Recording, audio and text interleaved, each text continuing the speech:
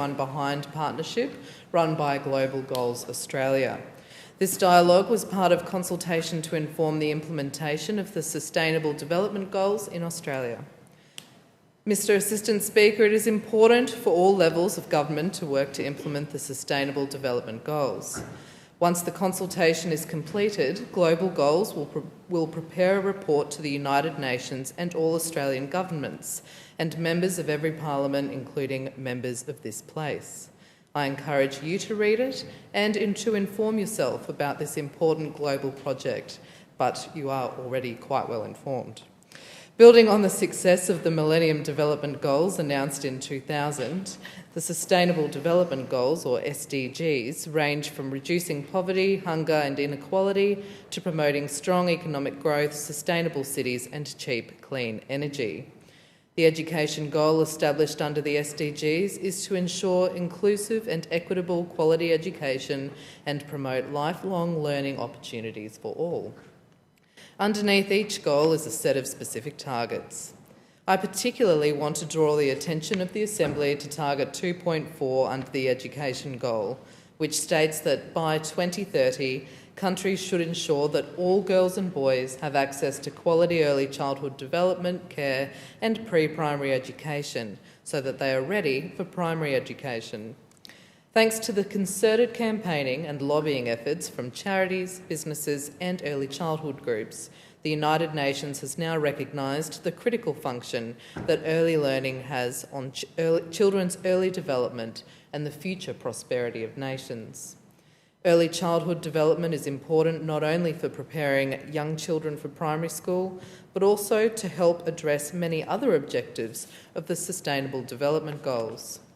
Education is crucial to creating equity and maintaining the egalitarianism we all associate with the Australian identity. Thanks to the recent research into economic equality, we now understand the significant impact that education inequality has on future wealth gaps. The first 5 years are a critical time, Mr Assistant Speaker, to tackle equality early in life before this disadvantage manifests and becomes more difficult to overcome. As my federal colleague and your federal colleague, the Honourable Dr Andrew Lee MP has pointed out, an affluent 5-year-old has the same vocabulary range as an adult living in poverty. By providing equitable access to quality early learning for all children in our community, regardless of wealth, we can start to break down the connection between a parent's income and their child's future income. In this way, an active early childhood development policy can act as a great equaliser in our community. We also know that early learning pays dividends for the economy.